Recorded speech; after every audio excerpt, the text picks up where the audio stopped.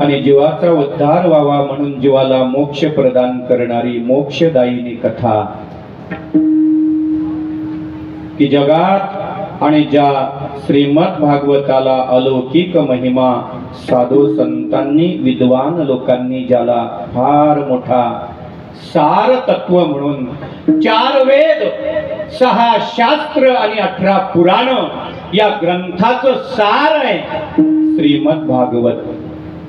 आणि या भागवत कथेचं आयोजन या परिवारानं केलंय, ज्यांच्या अमृतमय वाणीतून आपण भागवताची कथा इथे श्रवण करतायत ते आपल्या सर्वांचं आणि लाडकं नेतृत्व आमच्या गुरुस्थानी असलेले श्रीयुत हरिभक्तीपरायण किशोरजी महाराज तडवेलकर, हल्ले मुक्काम भुसावळ।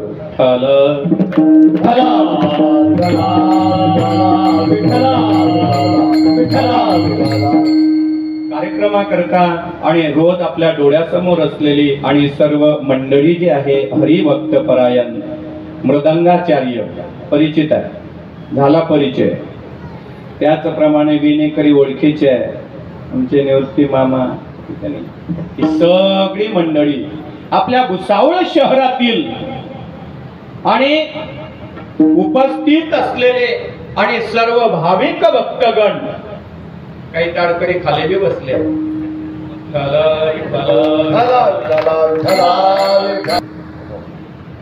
दुरून आले ते म्हटलं कोणते बाबा आले काय माहित आता।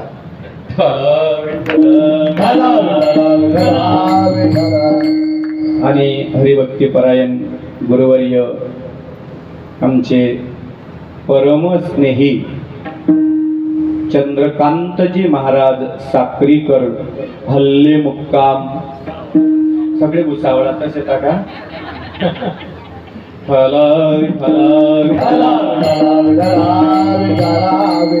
मामा तुम्ही बी तिकडे नको राहा, या इकडे आणि तुमच्या मागे मग मी येईल।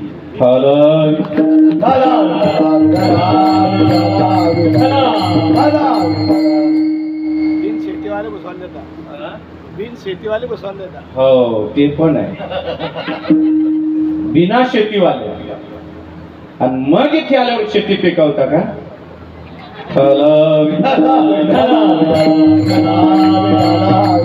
त्याला आनंदी आनंद आहे। आता एवढी गुरुस्थानी असलेली ही मंडळी, यांना कीर्तनाला यायची काही गरज आहे का? पण ते या कीर्तनात येऊन बसले, हा त्यांचा मोठेपणा आहे। विठ्ठल जी कथा आपण या ठिकाणी श्रवण करताय ती परमामृताची कथा, ज्ञानामृत ज्याच्यामध्ये आहे। श्रीमद भागवत गीता हे काही सामान्य ग्रंथ समजू नका, द ग्रेट फिलॉसॉफी, आणि ज्याच्यामध्ये तत्वज्ञान आहे आणि असे पवित्र आणि पावन आपल्या संस्कृतीचे ग्रंथ आहेत। विठ्ठल जीवाचं मंगल व्हावं आणि म्हणून कथेचं आयोजन आहे। भागवताची कथा जीवाला जीवन मुक्त करते, भागवताची कथा जीवाची व्यथा हरण करते। श्रीमद भागवत कथा माणसाचं जन्म मरण जे आहे ते जन्म मरण खंडित करते, अशी पावन पवित्र कथा आहे। विठ्ठल आता प्रास्ताविक थांबवतो, कारण अगोदरच जेवण जास्त वेळ चाललं ना आपलं, कीर्तनाची वेळ आणि बरोबर आता मोजकीच आहे। विठ्ठल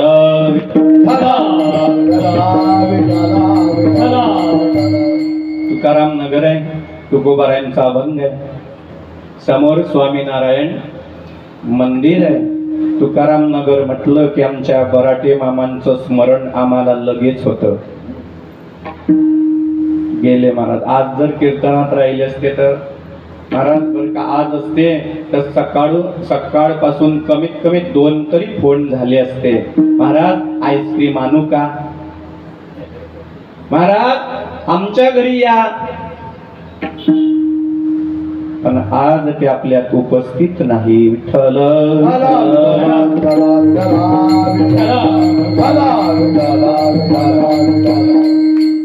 जाणं आणि हे निर्विकार जीवाचं आहे. आज वर्ष श्राद्धाचा हा आणि सप्ताह असल्यामुळे अभंग पुष्कळ आहे. मनाशी निश्चय केला होता आज कीर्तनाचा अभंग घ्यायचा. आलिया भोगाशी असावे सादर देवावरी भार घालोनिया मग तो कृपा सिंधू. पण आमच्या अनिल साहेबांच्या आणि मोबाईल मध्ये त्यांनी दाखवलं. म्हटलं बघू द्या बरं मला. आणि संजय महाराजचं लागलं आणि त्याच्यातच ऐकलं आलिया भोगाशी. म्हटलं बदल चॅनल बदल.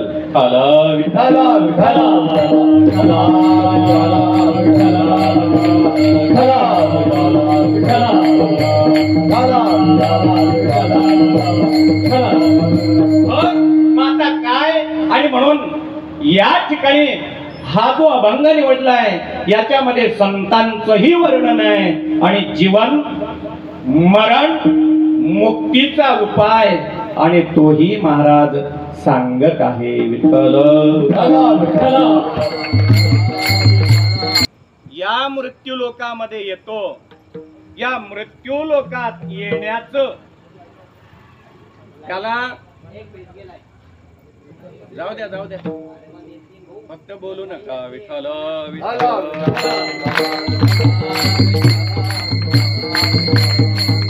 कारण असं आहे हा येतात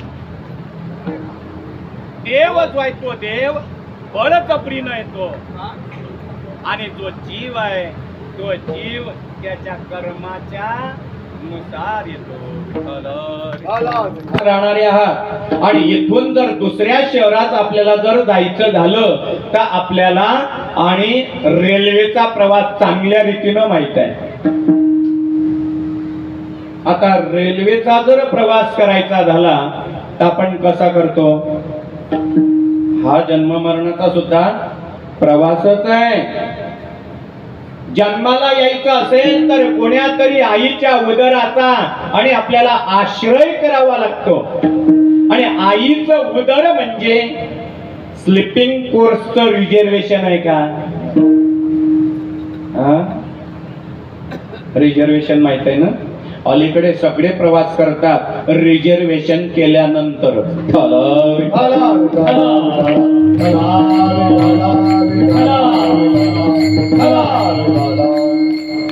आता रिझर्वेशन म्हटलं का मग आपल्या लगेच लक्षात येतं आपली बोगी कोणती आहे. त्या बोगीत जाऊन बसायचं. आपलं जे सीट आहे त्या सीटवर बॅग ठेवायची आणि एकदा का शांत चित्ताने स्लीपिंग.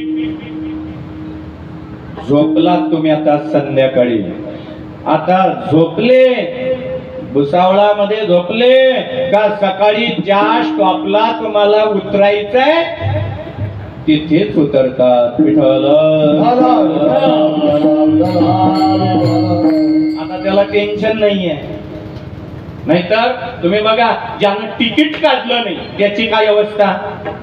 टीसी येईल का. मला पकडेल का. टीसी येईल का.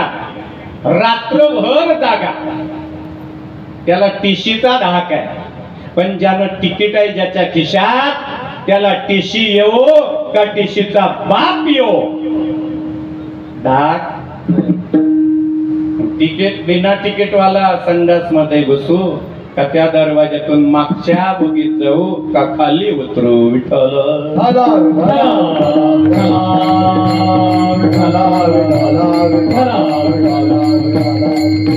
आईचं जे उदर आहे ते आईच्या उदरामध्ये आणि बालकाला भयानक अशा प्रकारच्या यातना आणि संतांनी सांगितल्या. हरी काय सांगो या गर्भेचे यातना. काय सांगो या गर्भेचे यातना. काय सांगो या गर्भेचे यातना. काय सांगो या गर्भेचे यातना. मद भोगे नारायणा. मद भोगे नारायणा.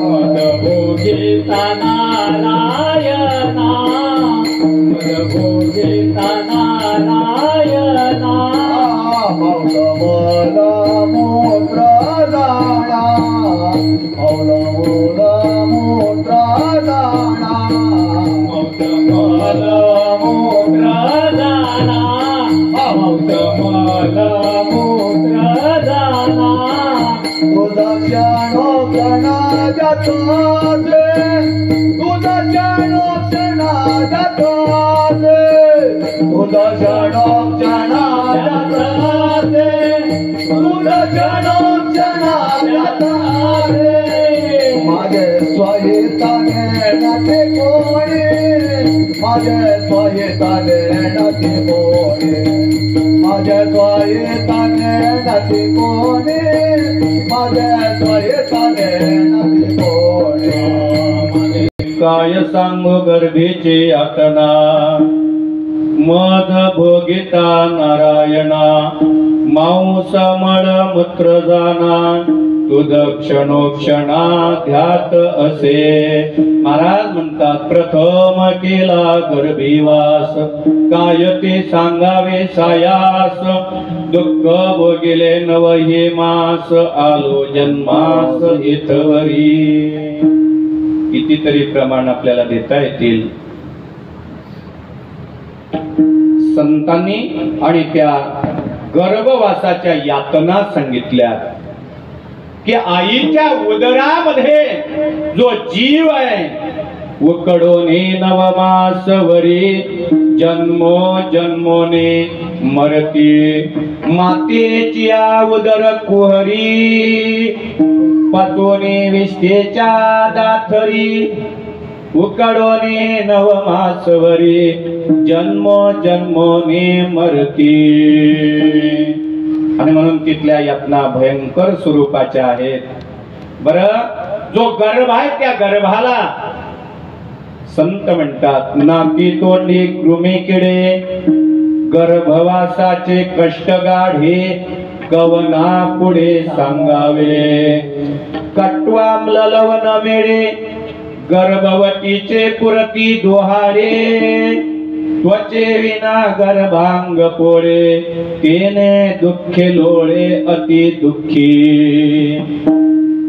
आईच्या उदरात जे बालक आहे त्या बालकाला शास्त्र सांगत संत साहित्य सांगत की त्याला जी आता त्वचा आहे आपल्याला जी दिसते आहे ज्याला आपण स्किन म्हणतो ते कातड गर्भात बालकाला नसतं आणि ते न असल्यामुळे आई जे काही खाईल त्याचा परिणाम गर्भावर होतो. विठ्ठल